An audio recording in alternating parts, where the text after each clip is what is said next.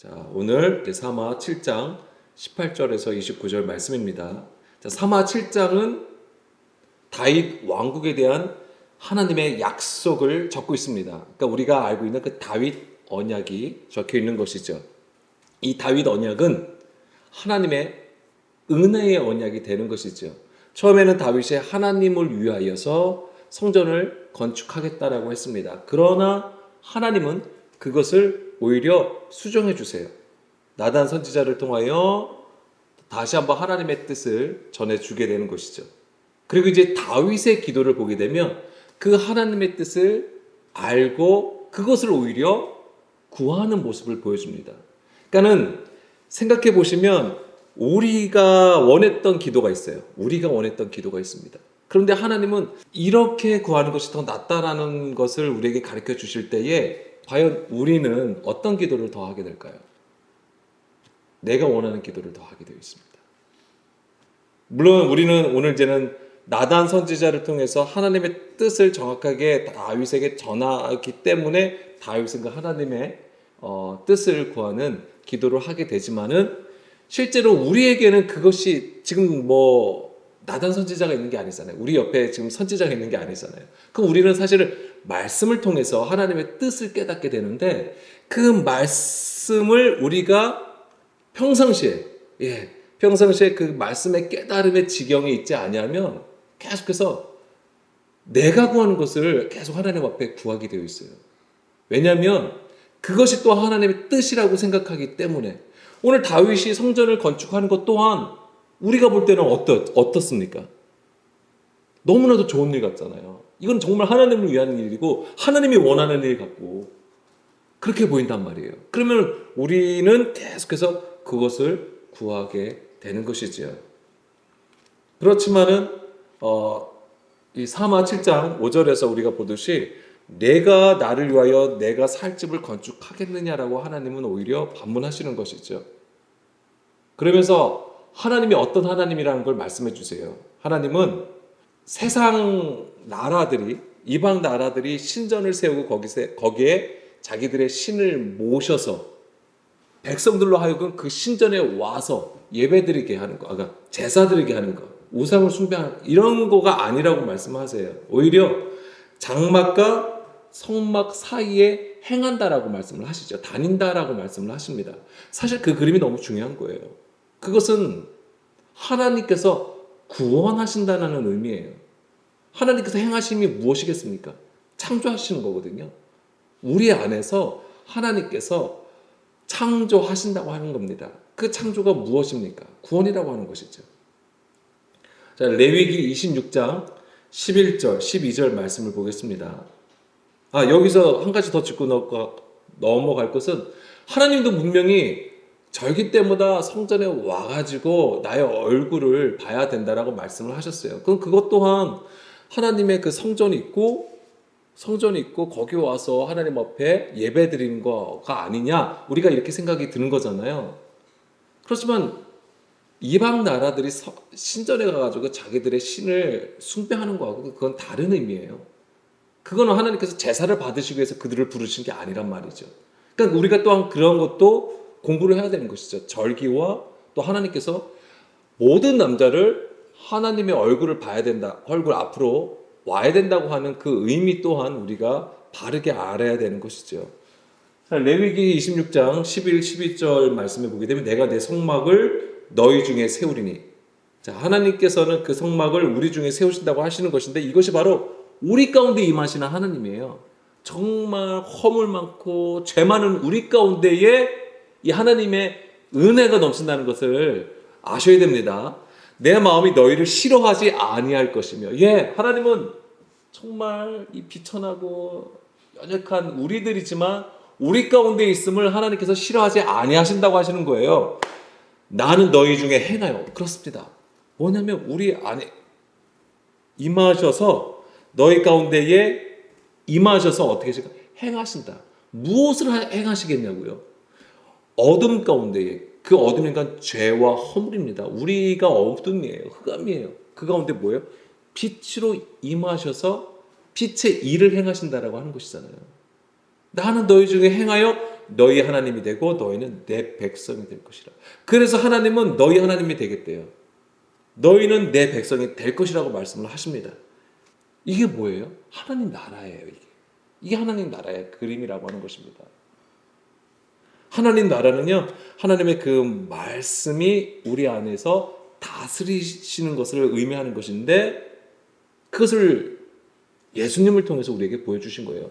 말씀이 육신이 되어 우리 가운데 오셨다. 이어서 우리 가운데 오셨음은 장막을 치셨다라는 의미예요. 그것이.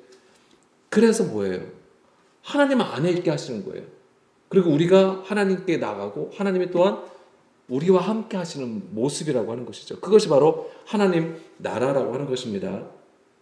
지금 우리는 하나님의 이런 행하심을 경험하고 있을까요? 경험해야 되는 것입니다. 우리 각자가 스스로한테 물어봐야 돼요.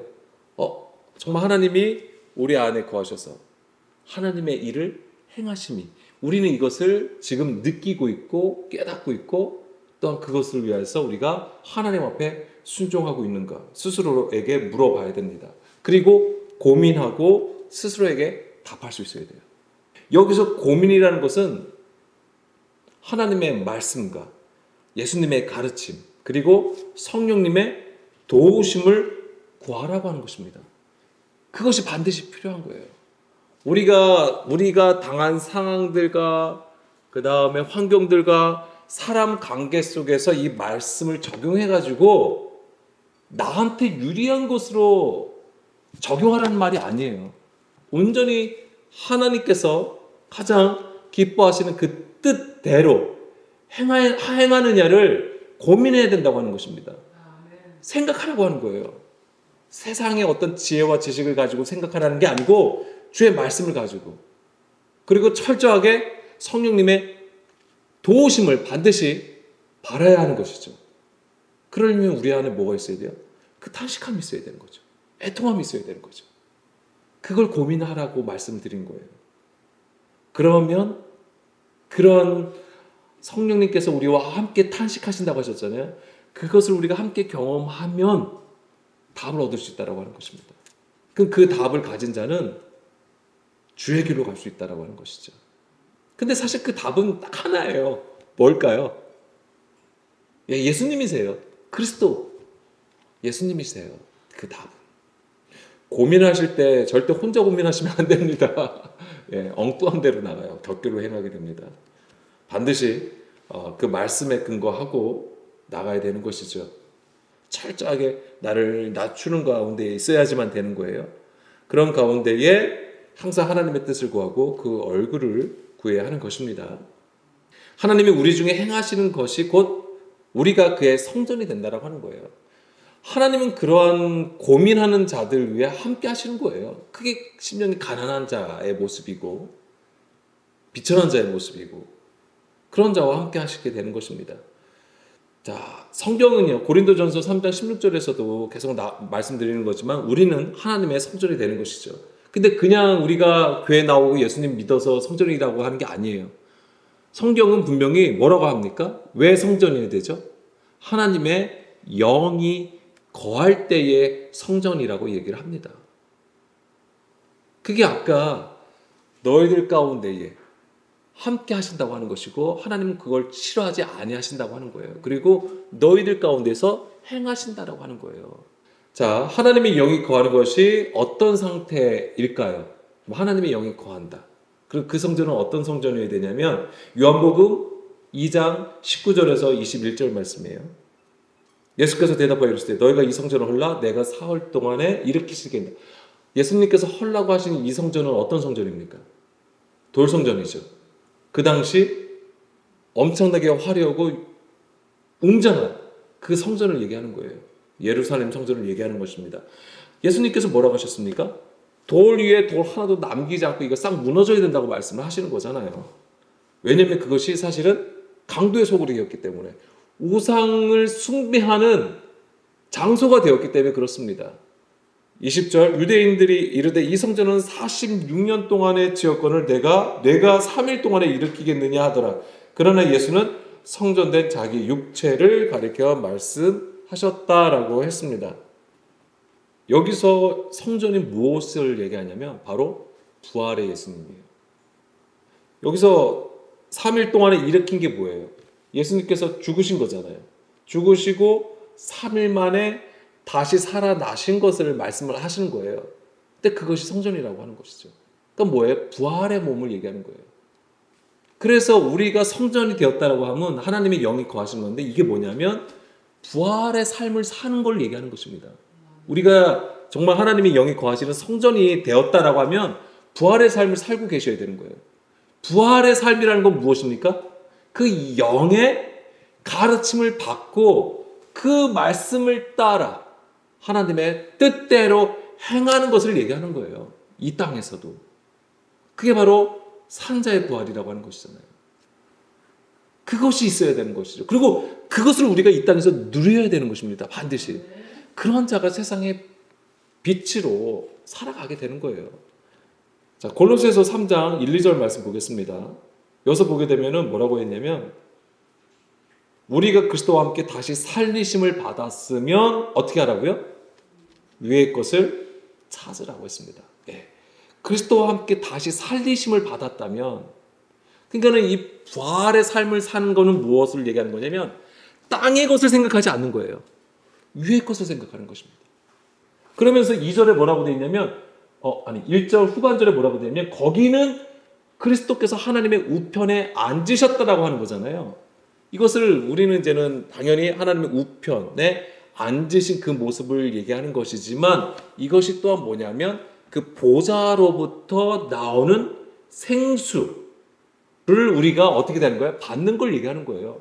그래서 그게 위의 것을 찾으라 함은 바로 그 보좌로부터 나오는 생수를 너희가 먹어야 된다라고 하는 것이죠. 이게 뭐예요? 진리의 말씀을 받으라고 하는 것입니다. 위의 것, 하늘, 하나님의 것, 진리의 말씀을 얘기하는 거예요. 땅의 것을 생각하지 말라. 땅의 것은 무엇입니까? 사람의 계명, 속임수, 철학, 세상의 지혜와 지식을 얘기하는 거예요. 교회 안에도 이 땅의 것이 있을 수 있는 거예요. 사람의 것. 지금 이 말하는 이 순간조차도 이게 땅의 것이 될 수 있는 거예요. 그래서 고민하시라고 하는 거예요.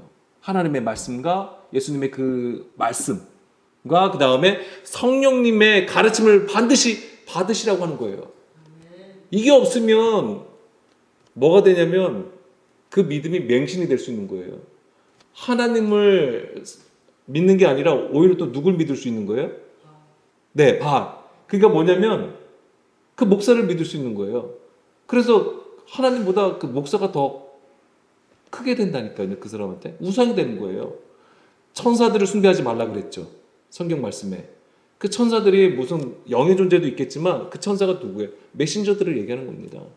메신저들을 신봉하고 그게 땅의 것을 구하는 것입니다. 땅의 것을 구한다는 것은 무엇으로 구하는 겁니까? 나의 정욕으로 구하는 것입니다. 정욕, 욕심, 탐심.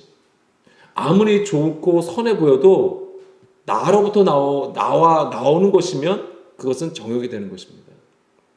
그래서 우리의 정욕대로 땅의 것을 구하는 그 모든 것이 무너져야 되고 오직 하나님의 그 가르침, 그 말씀을 따라 순종하여 살아가는 것, 그것을 예수님이 말씀을 하신 거고 그런 자가 바로 성전이라고 하는 것이죠. 성전이 된다라고 하는 것입니다. 그것을 예수님께서 보여주셨던 것이고요. 요한복음 14장 23절 말씀, 예수께서 대답하여 이르시되 사람이 나를 사랑하면 내 말을 지키리니 내 아버지께서 그를 사랑하실 것이요 우리가 그에게 가서 거처를 그와 함께 하리라. 아멘. 예, 이게 뭐예요? 하나님의 영이 우리 가운데 임하시는 건데 어떤 자에게 임하시는 거예요? 사랑하는 자, 하나님을 사랑하는 자, 예수님을 사랑하는 자. 근데 그 사랑은 무엇입니까? 주의 계명을 지키는 자가 사랑하는 자라고 되어 있는 거예요. 그 말씀이, 그 계명이 뭐예요? 그 영이에요. 또한 그 이름입니다. 그런 자가 성전이라고 하는 거예요. 자, 사마 7장 7절 말씀도 좀 보겠습니다. 지난 시간에 이제는 이런 부분들을 좀 자세히 다루지 않아서 다시 한번 좀 볼게요. 자, 이스라엘 자손과 더불어 다니는 모든 곳에서 내가 내 백성 이스라엘을 먹이라 명령한 이스라엘 어느 지파들 가운데에 가운데 하나에게 내가 말하기를 너희가 어찌하여 나를 위하여 백향목 집을 건축하지 아니하였느냐고 말하였느냐. 여기서 보면은 하나님의 관심은 어디에 있습니까? 백향목으로 지은 성전에 있는 게 아니었어요. 어디에 있는 겁니까? 이스라엘을 먹이라. 이거에 관심이 있는 거예요. 하나님의 관심은 하나님의 그 말씀을 백성들에게 가르치는 것에 있었던 거예요. 성전을 건축하는 것보다. 물론 교회가 있어야 되고 장소가 있어야 뭐 말씀도 가르치는 건 맞습니다. 그렇지만 하나님께서 가장 원하셨던 것은 백성들에게 그 말씀을 가르치는 것이었고, 그래서 한번 생각해 보세요. 그 베드로가 예수님을 배신했잖아요. 근데 맨 마지막에 베드로에게 새로운 사명을 부여주시잖아요. 그때는 뭐라고 하셨어요? 내 양을 지키고 먹이라 막 이렇게 얘기 계속 하시는 거잖아요. 거기서 예수님이 만약에 성전 건축이 정말 중요했다면 성전을 건축하라고 얘기하셨겠죠. 근데 그런 말씀을 안 하시고 오히려 내 백성을 먹이라, 그러니까 복음으로 인도하라는 사명을 주셨다고 하는 것입니다. 뭐 그뿐이겠습니까? 예수님께서 마지막 지상 명령이 무엇입니까? 마태복음 28장 19절 20절 말씀. 모든 민족을 제자로 삼아 아버지와 아들과 성령의 이름으로 세례를 베풀고 내가 너에게 분부한 모든 것을 가르쳐 지키게 하라. 볼지어다 내가 세상 끝날까지 너희와 항상 함께 있으리라. 이 얘기를 하셨다고요. 성전이 중요했다고 하면 예수님이 성전을 건축하라고 하셨겠죠. 그런데 예수님의 마지막 명령 또한 뭐였냐면 내가 너희에게 분부한 모든 것, 그 말씀을 어떻게 하라는 거예요? 모든 것을 가르쳐 지키게 하라고 한 거예요. 그래서 뭐냐면 그 온전하게 말씀을 가르치고 그 온전함으로 본질을 따라 행하게 하라고 말씀하시는 것이죠. 이것을 마지막에 말씀하셨습니다. 예수님께서. 그리고 그것이 이제 뭘 의미하냐면, 그래서 아까 요한복음 14장 23절에서 그거잖아요. 나를 사랑하고 내 계명을 지키는 내가 그와 겉으로 함께 삼겠다고 했잖아요. 여기서 20절에 보게 되면 볼지어다 내가 세상 끝날까지 너희와 항상 함께 있으리라. 아멘. 함께 하신다고 하는 거잖아요. 이게 뭐예요? 그게 바로 성전의 모습이라고 하는 것이고, 이게 하나님 나라예요. 하나님이 함께 하시는 것이. 이것을 위해서 본질로 행하라고 말씀하신 것이고, 그래서 그 말씀을 반드시 가르쳐야 된다라고 마지막 지상 명령을 하신 것입니다.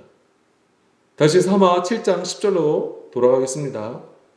내가 또 내 백성 이스라엘을 위하여 한 곳을 정하여 그를 심고 그를 거주하게 하고 다시 옮기지 못하게 하며 악한 종류로 전과 같이 그들을 해하지 못하게 하여라고 했습니다. 여기서 나무를 심는다고 하는 것은 무엇을 얘기할까요? 한번 나무를 심으면 어떻게 되는 거죠? 거기 정착하게 되는 거예요. 왜? 뿌리를 내리고 정착을 하게 되는 것이죠. 그것을 얘기하는 것입니다. 그러니까는 이전에 사사시대는 어땠어요? 이방인들이 막 쳐들어왔어요. 블레셋이 막 쳐들어왔어요. 그러면 어떻게 되죠? 그냥 혼비백산한 거죠. 그리고 막 쫓기고 도망 다니고, 그러다가 완전히 몰리게 되면 어떻게 되는 것이죠? 위기에 몰리게 되면 또 주의 이름을 부르죠. 그럼 그때마다 하나님이 또 사사를 세우셔서 다시 이방 세력을 쫓아내고. 근데 그것이 계속 반복이 되었단 말이에요. 그러니까 계속 어디 정착할 수가 없는 거예요. 물론 가나안 땅에서의 일이었지만은 어디 한 곳에 정착하지 못했다고 하는 것이죠. 그래서 여기서 정착하다라고 하는 것은 샬롬의 상태를 얘기하는 것입니다. 화평의 상태를 얘기하는 것입니다.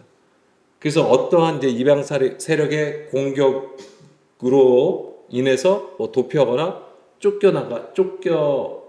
쫓겨지지 않는 것을 얘기하는 것이죠. 그럼 이게 또한 우리가 하나님의 성전이라고 한다면 어떤 상태일 것 같습니까? 이 샬롬의 상태라고 하는 것은 에덴 동산을 우리가 보자고요. 에덴 동산에서 하나님께서 사람을 창조하시고 에덴 동산에 어떻게 하셨죠? 두셨잖아요. 그 에덴 동산에 두시면서 뭐하게 하셨습니까? 경작하고 지키게 하셨어요. 그 상태를 얘기하는 거예요. 경작하고 지키면 거기에 정착하는 것이죠. 하나님과 함께 하는 것이죠. 그런데 그것이 깨졌어요. 어떻게 해서 깨지죠? 왜 깨졌습니까? 3장에 뱀의 등장이 있잖아요.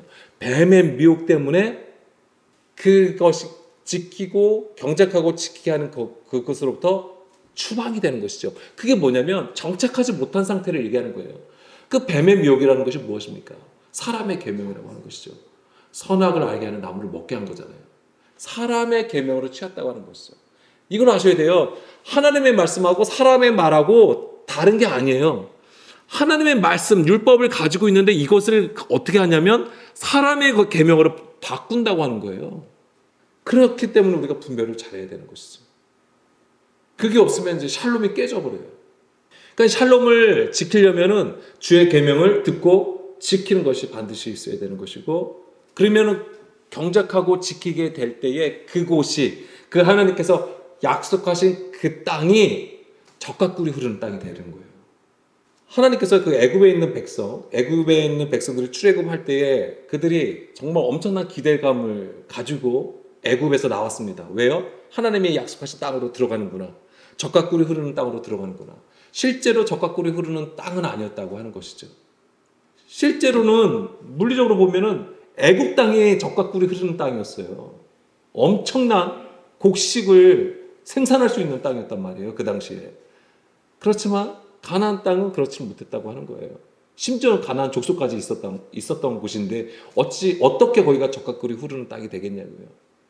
그렇지만 그 젖과 꿀이 흐르는 땅이 되려면은 주의 말씀을 듣고 지킬 때에 그것 또한 하나님께서 인도하시게 된다고 하는 것입니다.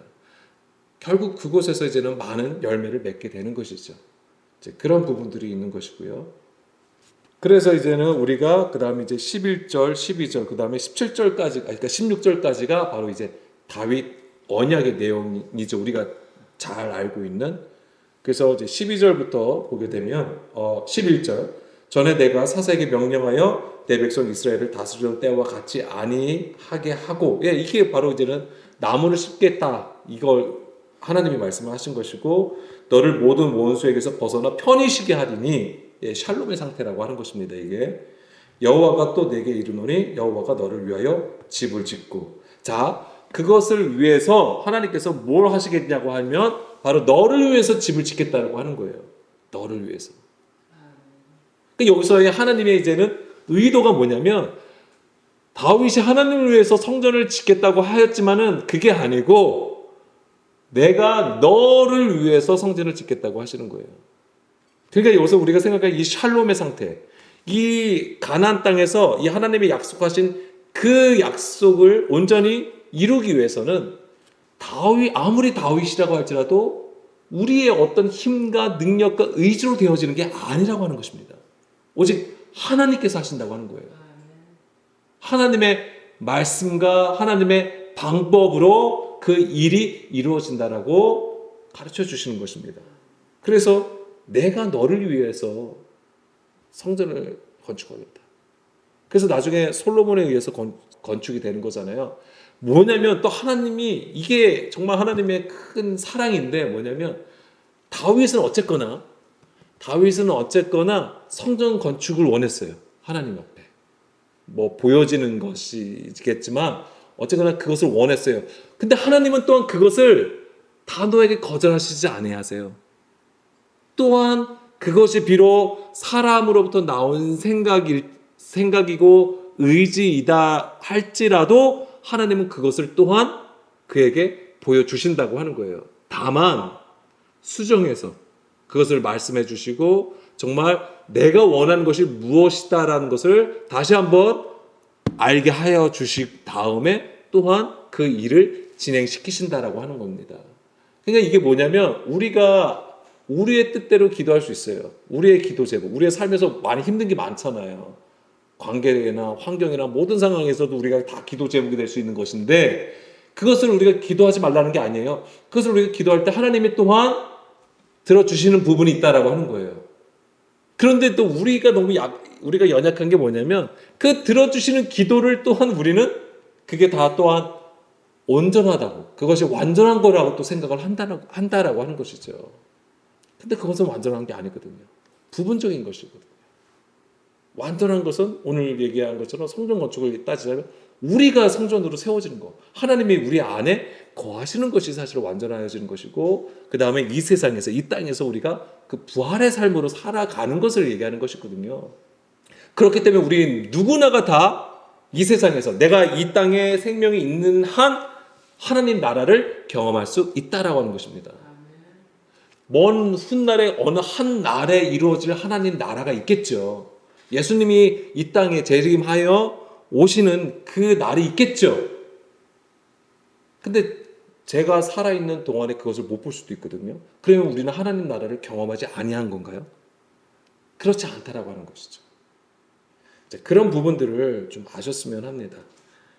12절, 내 수완이 차서 내 조상들과 함께 누울 때 내가 내 몸에서 내 씨를 내 뒤에 세워 그의 나라를 경고하게 하리라. 이제부터 정확하게 나오는 건데, 내 씨로 인해서 뒤에 그의 나라를 경고하게 하신다고 하는 거잖아요. 이것은 1차적으로는 누구를 얘기하겠습니까? 솔로몬입니다. 그래서 솔로몬을 통해서 그 일이 이루어집니다. 왜냐하면 그 약속이 뭐였냐면 성전 건축을 다윗 때는 하지 못했어요. 그런데 누굴 통해서 합니까? 솔로몬을 통해서 그 성전 건축이 이루어지고 왕국이 됩니다. 자, 그 모습이 뭐냐면 그리스도께서 그의 나라, 하나님의 나라를 견고하게 영원히 세우시겠다고 하는 예표가 되는 거예요. 그 약속은 반드시 이루어진다라고 하는 것을 솔로몬 때를 통해서 보여주신 것입니다. 13절, 그는 내 이름을 위하여 집을 건축할 것이요 나는 그의 나라 왕위를 영원히 견고하게 하리라. 근데 실제로 우리가 보게 되면 역사적으로는 사실은 솔로몬의 그 다윗의 왕국은 영원히 가지 않았어요. 물론 400년간은 지속이 됩니다. 400년간. 물론 북이스라엘과 남유다로 얘기를 하자면 400년간이 지속이 되는 것이지만 결국엔 망하잖아요. 그럼 이것은 그럼 하나님의 말씀은 틀린 건가? 이게 아니란 말이죠. 궁극적으로는 그리스도를 통한 하나님의 나라, 메시아의 왕국을 말씀을 하셨던 것이고요. 다만 다윗과 솔로몬을 통해서 그것을 예표로 보여주시는 거예요. 하나님의 말씀대로 반드시 성취하신다는 것을 보여주시는 것이죠.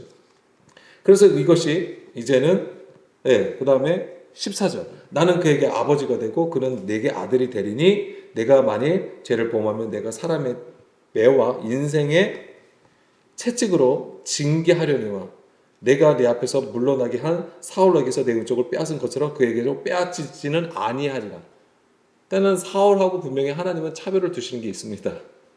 그런데 뭐냐면 사울하고는 완전히 다른 것이죠. 사울은 세상 임금의 모습을 보여줍니다.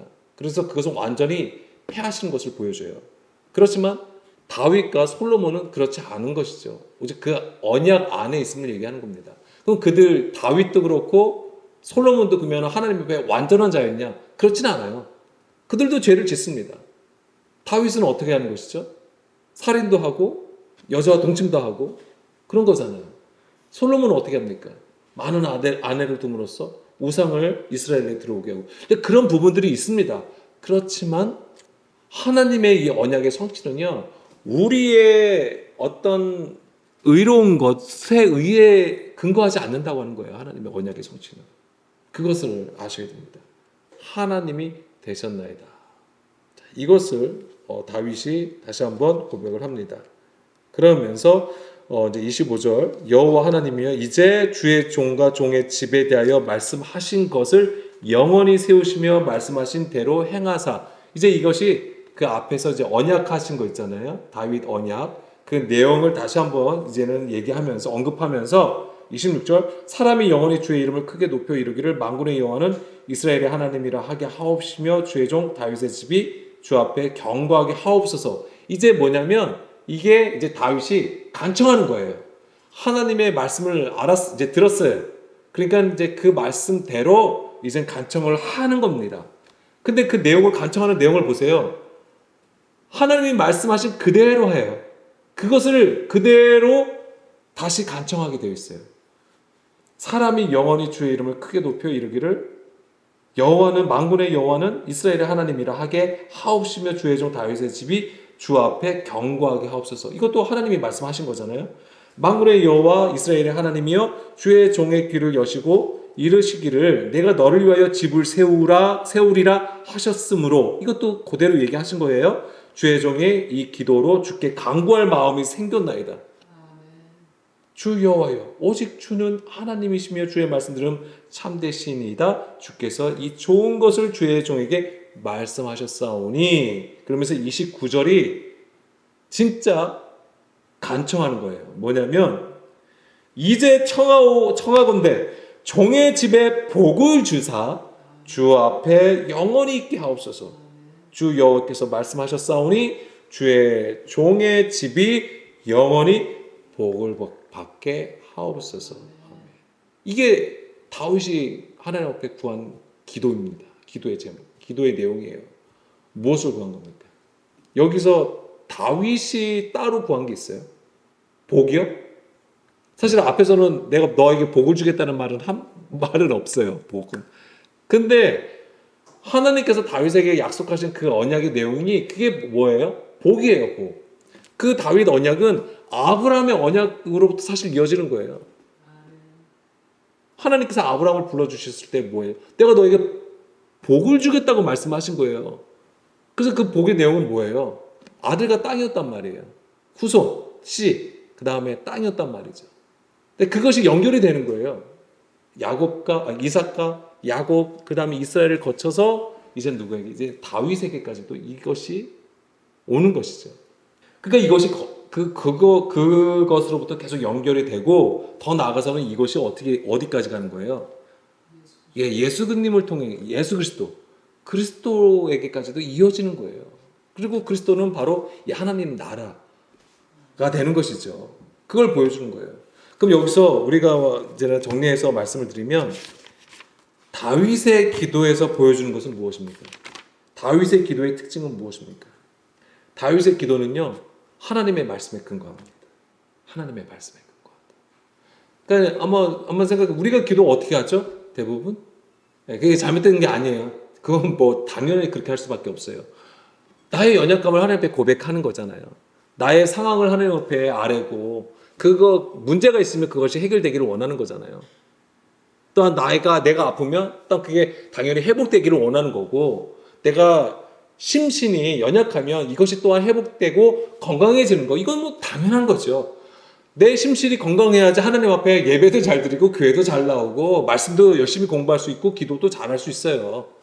예, 그건 당연한 겁니다. 뭐 그런 것을 잘못됐다고 말씀드린 게 아니라 그런 건 당연한 건데, 뭐냐면 다윗의 기도를 통해서 우리가 볼 수 있는 것은 뭐냐면 다윗은 철저하게 하나님의 말씀에 근거해서 그것이 되기를 구하고 있다라고 하는 겁니다.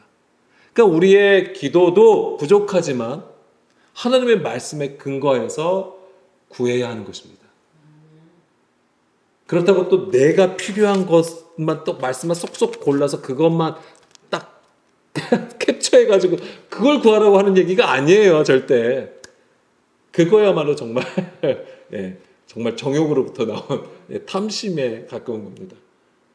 그래서 이 하나님의 입에서 나오는 그 모든 말씀, 이것은 오늘 우리에게 허락하신 일용할 양식입니다. 우리에게 허락하신 그 일용할 말씀을 통하여서 오늘도 우리가 줄이고 낮추어지는 것을 위하여서 기도할 수 있어야 된다고 하는 것을 말씀을 드리고요. 두 번째, 다윗의 기도의 특징은 무엇이냐면 자기가 하나님을 위해서 성전을 건축하려고 했잖아요. 그런데 하나님은 내가 너를 위해서 건축을 하겠다고 말씀을 하셨습니다. 다윗이 하나님께 간청한 것은 무엇입니까? 하나님, 그래도 제가 하나님을 위해서 꼭 좋은 집을, 좋은 처소를 마련해 드리고 싶어요 라고 기도를 했나요? 아니죠. 하나님의 그 큰 일을 행하기를 또한 간청한 거예요. 이 얘기는 자기가 구하려고 했던 그것을 어떻게 하는 것입니까? 내려놓은 거죠. 그래서 자기 뜻대로 구함이 아니라 하나님의 뜻대로 구하는 모습을 보여줍니다. 이 얘기는 자기가 철저히 부인된 것을 보여준 거죠. 예수님도 겟세마네 기도에서 어떻게 하셨습니까? 나의 원대로 하지 마옵시고 아버지의 원대로 하옵소서. 결국엔 뭐예요? 자기가 철저히 부인되는 것으로 나가는 거예요, 기도는. 그래서 기도라고 하는 것은 무엇이냐면 프로시코마이. 원래 무슨 뜻이냐면 물론 기도하다, 간구하다, 간청하다는 뜻을 가지고 있지만은 그걸 좀 풀어 쓰자면은 하나님을 향하여 서다라는 뜻이에요. 하나님을 향하여 기도하다라는 거예요. 그러면 우리가 그 온전한 기도가 드려지려면 우리가 하나님을 아는 게 너무나도 중요합니다. 하나님을 알지 아니하고는 하나님을 모르고는 기도할 수가 없어요. 그러면 그냥 다 내 중심으로 기도할 수밖에 없는 것입니다. 그렇기 때문에 우리가 하나님을 아는 것이 너무나도 중요해요. 그래서 성경을 보는 게 너무 중요하시고요. 예배 드리는 게 너무 중요하고요. 또한 기도하는 것조차도 우리가 하나님을 아는 것에 그 뜻을 둬야 된다고 하는 것입니다. 그래야지만 하나님 앞에 나가는 거예요. 하나님을 향하여 서게 되는 것이죠. 그래서 우리의 뜻을 구하는 게 아닙니다. 철저히 자기의 것을 내려놓고 하나님의 뜻을 구하여 답을 얻는 것이, 하나님의 뜻이 성취되어 가는 것이 기도 응답이 되는 거예요. 그것이 다윗의 기도를 통해서도 볼 수 있는 거예요. 자, 우리가 연약한 가운데 있으면 분명합니다. 그러나 부족하지만 하나님의 말씀을 우리가 보고 듣고 배움으로써 또한 우리가 하나님의 그 말씀을 붙들고 기도할 수 있기를 간절히 소망합니다. 아멘.